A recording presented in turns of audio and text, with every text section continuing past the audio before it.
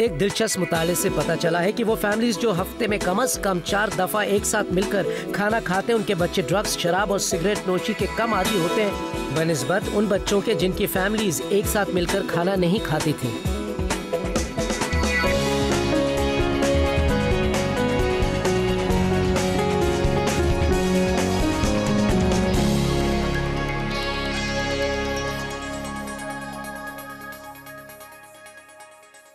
लुत्फ उठाइए रोजमर्रा की जिंदगी का। मैं खुशामदीद, मुझे खुशी आप मेरे साथ हैं।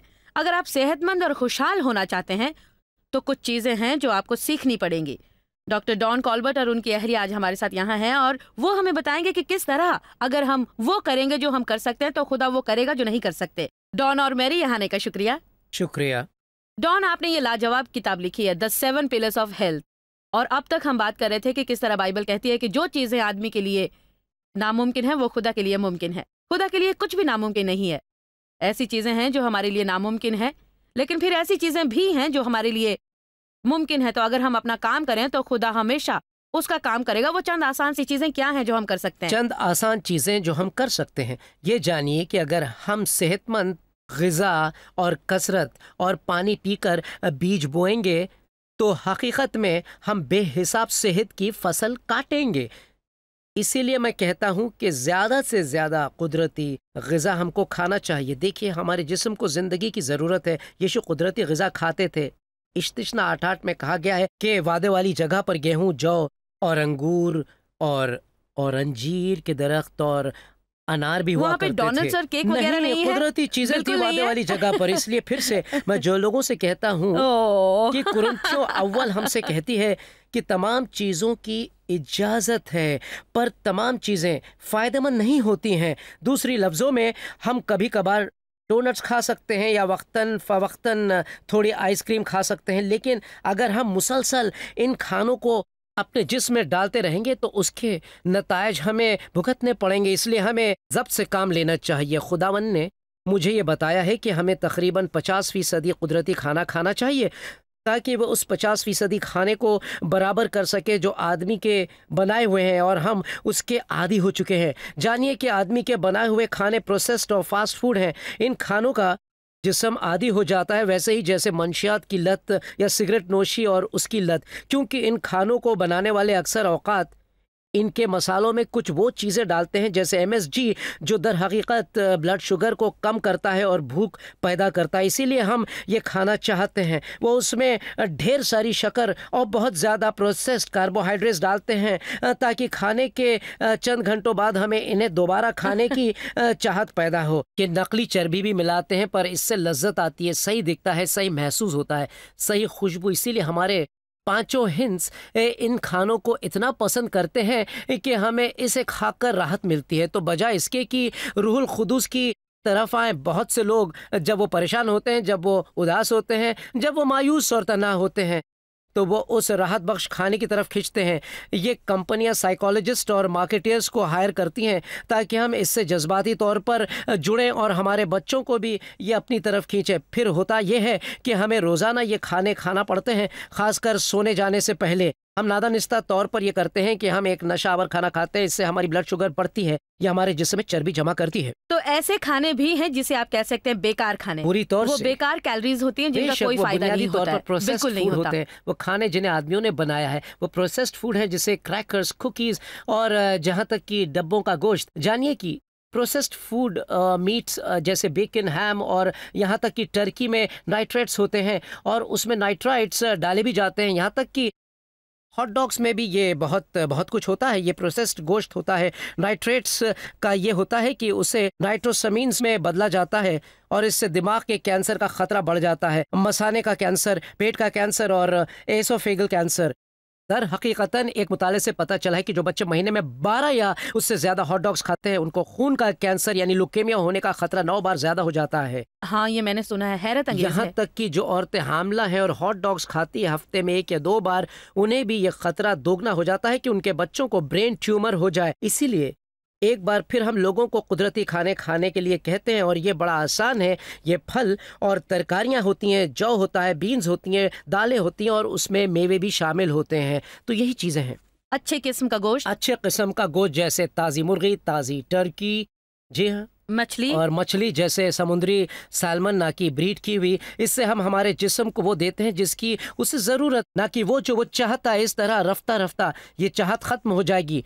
लेकिन मैं लोगों से कहता हूं कि उन्हें ये करना चाहिए कि नाश्ता बादशाहों की तरह करें। ये हमारा सबसे बेहतर खाना होना चाहिए, पर ज़्यादातर अमरीकी नाश्ते को गोल कर देते हैं। हम बस एक कप कॉफ़ी या बेगल या डोनट्स खा लेते हैं, पर इससे होता यह है कि ब्लड शुगर बढ़ जाती है और चंद घंटों के बाद वो निढाल हो जाते हैं। फिर लंच में वो फास्ट फूड खा लेते हैं और फिर डिनर में दबाकर खाते हैं। लेकिन इसकी बजाय हमें नाश्ता डट कर करना चाहिए, जैसे ओट मील्स मेवे के साथ, और साथ में बेरीज भी, साथ में कोई प्रोटीन ड्रिंक ले सकते हैं, ऑर्गेनिक कॉफ़ी ले सकते हैं। लंच में हमें दरमियाना खाना खाना चाहिए किसी शहजादे की तरह, और फिर डिनर किसी फ़कीर की तरह खाना चाहिए। लेकिन फिर नाश्ते और लंच के दरमियान, और लंच और डिनर के दरमियान और शाम के वक्त सेब खा ले, तरजीहन ऑर्गेनिक लेकर। अगर आप ऑर्गेनिक ना ले सकें तो एक सेब खा ले, ग्रेप फ्रूट या कोई और फ्रूट, और कुछ मेवे जैसे बादाम या चंद अखरोट।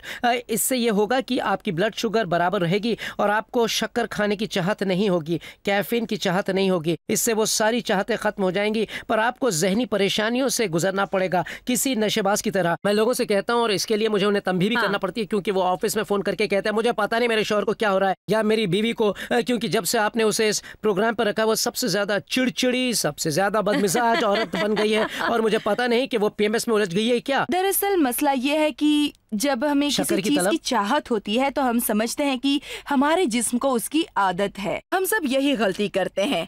हम सोचते हैं कि ओह मुझे नमक की जरूरत है, और पोटैटो चिप्स का पैकेट देखकर कहते हैं मुझे नमक खाना चाहिए, इसलिए हम जाकर पोटैटो चिप्स ले लेते हैं। जबकि सच मानिए जिस्म अहमक है, वो निकोटिन तलब करता है, उसे ड्रग्स की तलब होती है, उसे शराब की तलब होगी। मतलब ये नहीं कि उसे उसकी जरूरत है। आपका जिस्म वही चाहता है जिसका वो आदी है। मेरे ख्याल में लोगों को ये बता देना अच्छा है कि शुरू में शायद उनको इसका मजा अच्छा ना लगे। पहली बार जब आप खालिस गेहूं का ब्रेड खाएंगे तो आपको ऐसा लगेगा जैसे आप भूसा खा रहे हैं। अब मुझे वो पसंद है, ये बिल्कुल ऐसा है कि मुझे कुछ वैसा नहीं चाहिए जो मुंह में रखते ही खत्म हो जाए। मैं उसे चबाना चाहती हूँ, उसका मजा लेना चाहती हूँ। लेकिन शुरू में ऐसा होता था कि मुझसे नहीं खाया जाएगा, अगर नहीं ठीक है। एज़ेकियल ब्रेड खाने के लिए आपको 5 मिनट लगेंगे, आपको उसे 30 से 40 दफा चबाना पड़ेगा घोटने से पहले। बहुत से लोग अपने दांतों का इस्तेमाल करने के आदी नहीं होते, लेकिन इससे उन्हें आराम से खाने की मश्क होगी और वो आहिस्ता आहिस्ता खाने का मजा लेते हुए अपनी फैमिली के साथ बैठकर अपने तजुर्बात का जिक्र कर सकेंगे, अपने बच्चों की कुर्बत हासिल कर सकेंगे। एक दिलचस्प मुताले से पता चला है कि वो फैमिलीज जो हफ्ते में कम से कम 4 दफा एक साथ मिलकर खाना खाते हैं, उनके बच्चे ड्रग्स, शराब और सिगरेट नोशी के कम आदी होते हैं बनिस्बत उन बच्चों के जिनकी फैमिलीज एक साथ मिलकर खाना नहीं खाती थीं। जब हमारे बच्चे बड़े हो रहे थे, ये फिर भी उन दिनों की बात है जब लोग अक्सर ऐसा किया करते थे। देव जब रोज रात घर आते तो हम खाना खाते थे, या उसके बाद भी जब मैं काम पर जाने लगी तो जब हम दोनों काम पर से घर लौटते तो हम घर पर ही खाना पका कर खाया करते। आज हमारे बच्चे जब उनसे पूछा जाता है कि जब वो बड़े हो रहे थे तो उस वक्त की कौन सी बात उन्हें सबसे ज़्यादा अच्छी लगती है और याद आती है, तो वो यही जवाब देते हैं कि रोज़ रात को एक फैमिली की तरह साथ मिलकर खाना खाना। और मैं सचमुच समझती हूँ कि हमारी मसरूफ़ तर्ज ज़िंदगी ने बहुत से लोगों को इससे महरूम ज़रूर कर दिया है। मेरे ख्याल में खाने का सबसे ज़्यादा जज्बाती पहलू से हम महरूम रहते हैं, और मेरे ख्याल में बाज़ दफ़ा अगर आप खा रहे हैं और साथ ही कोई बड़ी बिजनेस डील कर रहे हैं तो मुमकिन है कि जब आप उसे ख़त्म करें तो आपको याद भी नहीं रहता कि आपने खाना खाया था, इसलिए 1 घंटे बाद आप दोबारा खाना चाहते हैं और आप हैरत करते हैं कि आपको हुआ क्या है। ये असल में आपकी जिस्मानी भूख नहीं, जज्बाती भूख होती है। बिल्कुल। लेकिन हुआ ये कि बहुत से अमरीकियों के कबर्ड्स, रेफ्रिजरेटर्स और फ्रीजर्स में ये आसाइशी के खाने रखे हुए होते हैं।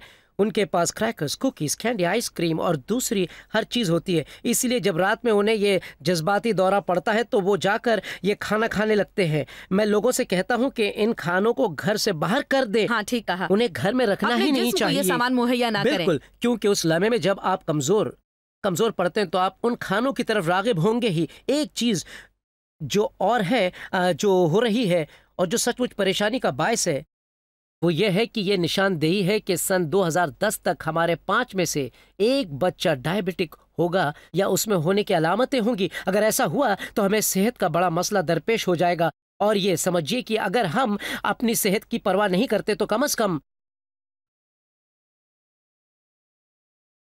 और सही खाने की तरबियत भी, ताकि वो बेकार खाने और फास्ट फूड के आदी ना बने। तब फिर कहूँगा कि कभी कभार किसी मौके पर ठीक है, मैं ये नहीं कहता कि उन्हें उठाकर फेंक दिया जाए बाहर, पर उन्हें घर से दूर रखें। अगर आप उन्हें आइसक्रीम खिलाना बाहर ले जाते हैं तो एक मौके के लिए एक छोटा सा प्याला, एक स्कूप काफ़ी है। ये 2-4 दिनों में एक बार हो सकता है। अगर हम इस सूरत हाल को काबू में नहीं रखेंगे और हमारे बच्चों को सही किस्म का खाना मुहैया नहीं करेंगे और उनकी मदद सही चीज़ों के चुनने में नहीं करेंगे, तो चूंकि वो हम पर मुनहसिर हैं और अगर हम गलत इंतखाब करते हैं तो हम उन्हें गलत इंतखाब करना सिखाते हैं।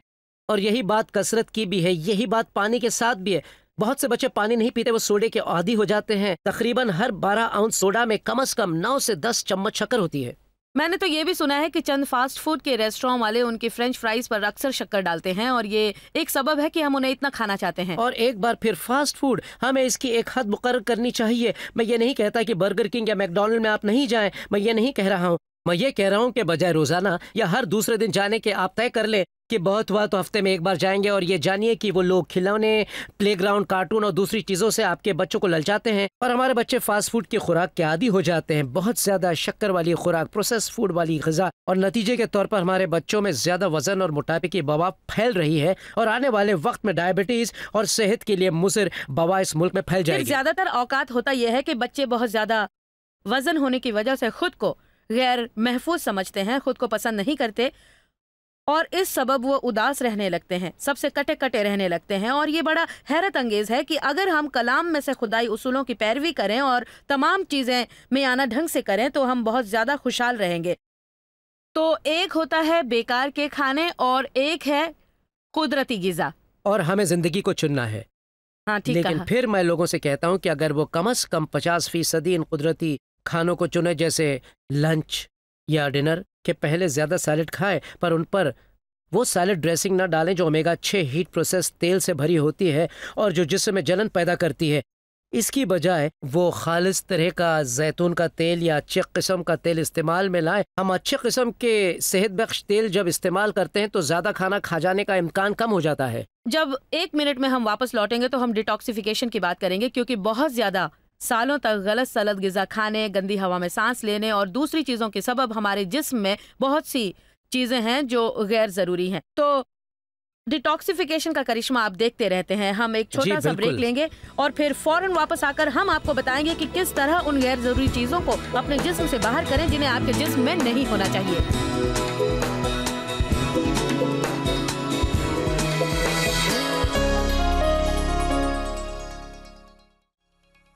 अगर आप अभी अभी हमारे साथ शरीक हुए हैं तो इस हफ्ते डॉन और मैरी कॉल्बर्ट हमारे साथ हैं सेहत और खुशहाली पर गुफ्तगू करने के लिए। डॉक्टर डॉन कॉल्बर्ट, मैं आपको यही कहूंगी, डॉक्टर, अगर हम आपको डॉक्टर पुकारते हैं तो लोग ज्यादातर तवज्जो से सुनेंगे बनिस्बत इसके कि वो आपको एक मामूली डॉन समझे। तो आप डॉक्टर डॉन कॉल्बर्ट हैं। हम इन चीजों की बात कर रहे हैं जो लोग कर सकते हैं। हर कोई सोचता है मैं वही नहीं कर सकता, मैं वो नहीं कर सकता, पर ऐसी चीजें हैं जो लोग कर सकते हैं। और हमने पीने के पानी की बात की और आराम करने की बात की, जी भर के नींद पूरी करना, सोने की, ज्यादातर कुदरती खाना ही खाना खाने चाहिए, और कसरत की, हरकत करने की। अब डिटॉक्सिफिकेशन कैसा रहेगा, ये वो है शायद जिसके बारे में ज्यादातर लोग नहीं जानते। वो सोच सकते हैं कि शराब तर्क करने का इलाज। हाँ, ये बिल्कुल सही है। डिटॉक्स में आदी नहीं हूँ। तो मुझे समझाने दीजिए। चंद साल पहले एक मुताला किया गया और इस ग्रुप ने दर हकीकत नवजात बच्चों की नाफ की नाल के खून का मुआयना किया। नतीजा बड़ा ही हैरान कुन था। औसतन उनके खून में 287 जहरीले टॉक्सिन्स थे और उनमें से 180 कार्सिनोजेनिक थे। उनमें fire retardant, pesticides, methyl mercury, ये सब खून में उनके शामिल थे।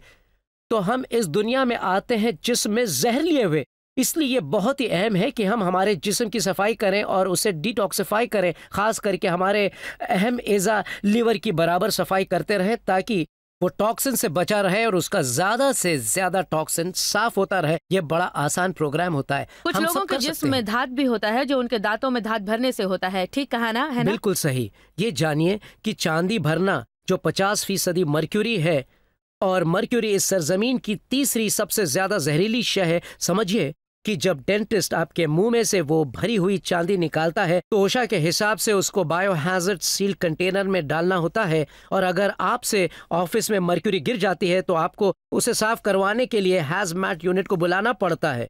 ये टॉक्सिन इतनी ज्यादा जानलेवा होती है आप मजाक कर रहे हैं? ये इतनी ही जहरीली और होती है। और वो हमारे मुंह में होती है? हाँ, ये हमारे मुंह में होती है। अब डेंटिस्ट कहते हैं कि इसका फर्क नहीं पड़ता क्योंकि वो चांदी में मिली होती है और पत्थरे और तांबे से भी, और इसीलिए वो फैल नहीं सकती। लेकिन मुताले से पता चला है कि जब वो मर्क्यूरी एनालाइजर आपके मुंह में रखते हैं और च्युइंग गम चबाने के बाद पता चला है कि काफी मर्क्यूरी आपके मुंह से खारिज होती है। इस मशीन से दरअसल वो माप सकते हैं, इसलिए जब आप ठंडा या गर्म खाते हैं या चबाते हैं या अपने दांतों से पीसते हैं, मेरे कहने का मतलब ये है कि ये मशीन दर हकीकत मापती है कि कितनी मर्क्यूरी आपके मुंह से निकलती है। लेकिन ये सिर्फ एक टॉक्सिन है, सिर्फ एक, ऐसे बहुत है। ये जानिए कि मिड वेस्टर्न स्टेट्स में औसतन 1 गिलास नल के पानी में कम से कम 3 पेस्टिसाइड होते हैं। ये जान लीजिए कि हम नल के पानी में प्रोजैक या ज़ोलॉफ्ट या हमल रोकने वाली गोलियां, प्रीमेरिन या एंटीबायोटिक्स या बहुत सी दूसरी दवाइयां होती हैं जो बाला आखिर हमारे पीने के पानी में होती हैं। वो आपके पीने के पानी में कैसे पहुंचती है? क्योंकि ज्यादातर ये पानी जो है पीने का ज़ेरे ज़मीन से आता है और फिर वही ज़ेरे ज़मीन चट्टानों में पेस्टिसाइड्स होते हैं। हम अब भी कुएं के पानी में डीडीटी और डीडीटी मेटाबोलाइट्स पाते हैं और सन 1970 के बाद हमने उनका इस्तेमाल छोड़ दिया है। ये दवाइयाँ आपके पानी में कैसे जाती हैं? फिर वही वाटर ट्रीटमेंट की टांकियों से टपक कर और बारिश में बहकर, खेतों से बहकर और उसी तरह दूसरी किस्म की चीज़ों से। इस तरह हमारे पानी में भी पेस्टिसाइड और फर्टिलाइज़र मिल जाते हैं। ये दरअसल हम सोचते हैं कि हमारी गंदगी गटर में जाती है और हम समझते हैं कि ये गटर में से बहकर किसी बड़ी टंकी में जमा होकर हमेशा के लिए वहाँ रह जाते हैं, पर वो किसी तरह हमारे पानी में फिर मिलते हैं। जाहिर है हमारा यकीनन ईमान है कि खाने पर दुआ करें और अच्छे से पहले से आज कहीं ज्यादा हाँ, करें। तब खुदा आपकी हिफाजत जरूर करेगा कि ये सब उसमें ना हो। लेकिन यहाँ फिर अगर आप अपना काम नहीं कर रहे हैं, पिछले 2-1 सालों में मैं ऐसा और ज्यादा देख रही हूँ, पहले कभी भी की निस्बत ये ऐसा है कि खुदा हमारे लिए बहुत से शानदार काम करेगा, लेकिन हम खुदा के साथ पार्टनर हैं और कुछ काम हमारे जिम्मे भी होते हैं। हमें वो करना है जो करने में वो हमारी रहनुमाई करता है, जो वो हमारे दिल में डालता है कि हम करें। बिल्कुल वैसे ही जब कसरत के लिए खुदा मुझसे सचमुच निपटा और ये मेरे लिए अच्छा था, लेकिन जब खुदा ने मुझे तंबी किया था तो मुझे उस मौके पर अपनी जिम्मेदारी समझनी पड़ी, क्योंकि अगर मैं उसे नजरअंदाज करते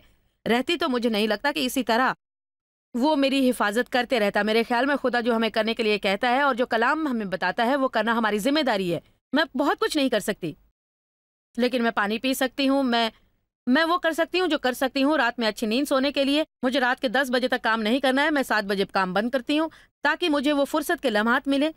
मैं अच्छी ग़िज़ा का इंतखाब कर सकती हूँ। लोग वो नहीं करते जो वो कर सकते हैं, तो उन्हें उम्मीद नहीं करनी चाहिए। बिल्कुल सही। और जानिए खुदा ने हम में से हर एक में एक शानदार खारिज करने वाला सिस्टम डाला है। हम में कोलन है जहाँ ज्यादातर जहरीला मादा जैसे टॉक्सिन जाती है। फिर भी लोगों को कब्ज की शिकायत रहती है, इसीलिए मैं इसे सूद का फार्मूला कहता हूँ, जिसमें दोनों है, घुल जाने वाले सूद जो टॉक्सिन को बांधती हैं और ना घुलने वाले सूद जो उसे बाहर खींचती हैं। और किडनी भी बहुत ही ज़्यादा अहम है और इसीलिए पानी इतना अहम है, और ख़ास करके अल्कलाइन वाटर। लोग सोचते हैं अल्कलाइन वाटर क्या होता है। अल्कलाइन वाटर और अल्कलाइन खाने जैसे ताज़ा फल और तरकारियाँ हमारे टिश्यू में अल्कलाइन माहौल पैदा करते हैं, ना कि हमारे खून में। हमारा खून हर वक्त बैलेंस रहता है APH ऑफ 7.4 पर। फिर भी बहुत से लोगों की पेशाब 5 पर पहुंच जाती है, जो एसिडिटी लेवल का 100 पॉइंट का फ़र्क होता है। जब हम हमारे जिस्म को APH के तकरीबन 7 पर एल्कनाइज रखते हैं, जैसा कि यूरिन pH बताती है, तो हमारा जिस्म और भी तेज़ी से डिटॉक्स करता है। फिर कहूँ जिस्म को साफ करने का बेहतरीन तरीका, क्योंकि जब हम में मुज़िर जज्बात जैसे माफ़ न करने के जज्बात पैदा होते हैं तो इससे जिस्म में टॉक्सिन जमा रहती हैं। हंसी माफ़ करने की थेरेपी और सही ग़िज़ा खाना, सही पानी पीना, अल्कलाइन ग़िज़ा और कसरत, ये सब अहम चीज़ें होती हैं, बहुत ही ज़रूरी चीज़ें होती हैं। इसीलिए जब आप कसरत करते हैं तो जाहिर है आपका पसीना बहेगा और आप में से जहर कुछ हद तक बाहर निकलेगा। जब आप कसरत करते हैं तो आप अपने जिस्म के पानी को हिलाते हैं और लिम्फेटिक टिश्यूज़ को पंप करते हैं, टॉक्सिन खारिज होता है और आपका पसीना बहता है। ये जानिए कि पेस्टिसाइड्स और बहुत से केमिकल्स को पसीने के ज़रिए ही खारिज किया जा सकता है। इसीलिए कसरत के ज़रिए पसीना बहना या सोनाबाद के ज़रिए बहना बहुत ज़रूरी है। पेस्टिसाइड्स और भारी धातुओं को जिस्म से बाहर निकालने के लिए इस सरजमीन पर हर किसी में भारी किस्म के धात पाए जाते हैं और ज़्यादातर उनके जिस्म में कुछ मरकरी होती है और कुछ सीसा भी होता है। इसका होना लाजमी है? नहीं, होना तो नहीं चाहिए, लेकिन जो खाना हम खाते हैं उसके सबब ये होता है, जानिए कि सिगरेट के धुएं में बहुत ज़्यादा कैडमियम होता है। इसीलिए अगर आप सिगरेट नहीं भी पीते तो भी अगर आप किसी रेस्टोरेंट में जाते हैं और जहां धुआं है तो आप वहां 4 सिगरेट जैसे पी लेते हैं। इसीलिए कम व बेश सबके जिस्म में कैडमियम होता है। इन धातु से निजात पाने के लिए खुदा ने जमीन पर पौधे उगाए हैं जो हमें इनसे निजात देते हैं। मैं आपको रेस्टोरेंट में अलग स्मोकिंग सेक्शन की बात बताती हूँ और हम हर स्टेट को सलाह देंगे कि ऐसा करें ताकि इससे बच सकें। लेकिन रेस्टोरेंट में अलग स्मोकिंग सेक्शन का होना ऐसा होगा जैसे किसी स्विमिंग पूल में बाथरूम का सेक्शन। इससे कुछ मतलब हल होगा क्योंकि ये धुआं फैलकर हर किसी तक पहुंचता है। पर खुदा ने हमें चंद लाजवाब कुदरती पौधे दिए जो हमारे जिस्म से इस जहर को कम करने में मदद करते हैं। उनमें से एक स्पाइरुलिना है, गेहूं की घास दूसरी है, एक और है जौ की घास। ये हमारी मदद करते हैं टॉक्सिन को बाहर निकालने में और इसीलिए हम रोजाना इसका इस्तेमाल करने की सलाह देते हैं। जिस्म को साफ करने का एक बेहतरीन तरीका है रोजा रखना, और मैंने रोजे की बात भी की है अपनी किताब में। मैं शर्तें कहती हूँ, सब पुरजोश हो गए हैं। रोजा रखने से होता यह है कि यह टॉक्सिन को जिस्म से खारिज कर देता है। खासकर जूस फास्टिंग जिस्म में अल्कलाइन माहौल पैदा करता है और जहां ये इस जहर को खत्म करता है और लोगों को तवानाई बख्शता है। दूसरी चीज ये करता है कि वो जिस्म के इख्तियार को काबू में रखता है। ये बहुत हैरत अंगेज है कि जिन लोगों को टाइप 2 की डायबिटीज है, पहली चीज वो ये करते हैं कि मुझे डायबिटीज है इसलिए मैं रोजा नहीं रख सकता, इसलिए मैं टीवी बंद करके इस हिस्से को नहीं सुनूंगा। आप रोजा रख सकते हैं, आप किसी चीज का रोजा रख सकते हैं। आप शक्कर का रोजा रखें, सफेद आटे का रखें, आप जिस्म के लिए इन चीजों का रोजा रखें। मुझे इसकी परवाह नहीं है कि आप कौन हैं और आपकी सेहत कैसी है। अगर आप परहेज करना सीख जाएं तो आप बहाना नहीं बनाएंगे। किताब द 7 पिलर्स ऑफ हेल्थ में जो आज हम इस प्रोग्राम में पेश कर रहे हैं, आपने उसमें जो है बताया है कि डिटॉक्सिफिकेशन क्या है और खुद कैसे मदद की जा सकती है। जिस्म का सबसे जरूरी हिस्सा जो डिटॉक्सिफिकेशन के लिए बहुत अहम है, तो बहुत से अमरीकियों का लिवर फरबा होता है। लिवर के करीब 500 काम होते हैं। अगर आपका लिवर फरबा है और आप लंबे अरसे तक ऐसी डाइट पर रहते हैं जो हाइड्रोजन के साथ मिलती है या चर्बी वाली ग़िज़ा जिसमें बहुत हाई शुगर है और प्रोसेस्ड खाने, इसीलिए बहुत से अमरीकियों का लिवर चर्बी भरा होता है। इसीलिए लिवर अपना डिटॉक्सिफिकेशन का काम ठीक से नहीं कर पाता। इसीलिए मैं अपनी प्रैक्टिस में एक अहम चीज ये करता हूं कि लिवर को साफ करता हूं। ये बहुत हैरत अंगेज है कि लिवर को साफ करते ही सेहत में काफी फर्क पैदा होने लगता है। हम जानते हैं कि ये गैर सेहतमंद लोगों का बड़ा और बहुत बड़ा मसला है और इसकी अहम जड़ है तनाव। इसीलिए कल हम प्रोग्राम में इस बड़े मसले पर बातचीत करेंगे और जानेंगे कि इससे कैसे बचें और सहें और ये सीखें कि ये सब क्या करता है। क्योंकि आपसे मैं सच कह रही हूं कि मैं नहीं समझती कि कोई भी सेहतमंद रह सकता है अगर उसकी जिंदगी में हमेशा तनाव रहेगा तो वो कभी भी खुश और सेहतमंद नहीं रह पाएगा। आप क्या कहते हैं? और इसी की वजह से मैं अंदर से खोखला होता जा रहा था। इसी की वजह से मेरे मैदे में जलन शुरू हो गई थी। ये न सिर्फ एंटीबायोटिक्स की वजह से हुआ बल्कि इसका सबब बेहद तनाव भी था, क्योंकि तनाव सीधा जीआई ट्रैक पर असरअंदाज होता है और जब मैंने तनाव व फिक्र से निजात पाई तो मेरा जिस्म बड़ी तेजी से शिफायाब हुआ। इसके बारे में हम कल बात करेंगे। हम एक बहुत शानदार पैकेज की पेशकश कर रहे हैं जिसे हम the synergy package on health and happiness कहते हैं। और इसका मतलब यह है कि आपको मिलेगी एक DVD, 2 CDs, सेहत और खुशहाली पर मेरी तालीमाती नोट्स और the 7 pillars of health doctor Don Colbert की लिखी हुई किताब। तो बराए करम खुद को सिखाएं। बगैर इल्म के लोग अक्सर फना हो जाते हैं। मैं जानती हूँ कि पिछले चंद दिनों में हमने बहुत सी बातें की हैं और आप सोच रहे होंगे ये सब मेरे सर से गुजर गया और अब और ज्यादा कि मुझ में सकत नहीं है। लेकिन अगर आप इस बारे में कुछ भी नहीं जानेंगे, एक वक्त में आपके लिए सब कुछ समझना बहुत ज्यादा है। हम ये जानते हैं, पर हम आपकी भूख को बढ़ाना चाहते हैं ताकि आपको ज्यादा जानने की ख्वाहिश हो। आप डॉक्टर डॉन कॉल्बर्ट से उनके वेबसाइट पर राब्ता कायम कर सकते हैं। उनके पास गिज़ा पर बहुत सी अच्छी चीजें और दूसरी किताबें हैं, या किसी अच्छे बुक स्टोर में जाएं। ये जानना मुश्किल नहीं है कि किस तरह सेहतमंद रहें, आप में उसकी चाहत होनी चाहिए। इसलिए बराए करम हमारे साथ बने रहें और ये तमाम मालूमात हासिल करें कि ये पैकेज आपको कहाँ से मिलेगा और अपनी सेहतमंद और खुशहाल जिंदगी की शुरुआत करें। हम उम्मीद करते हैं कल भी आप हमारे साथ होंगे जब हम बात करेंगे कि अपनी जिंदगी के तनाव को कैसे खत्म करें।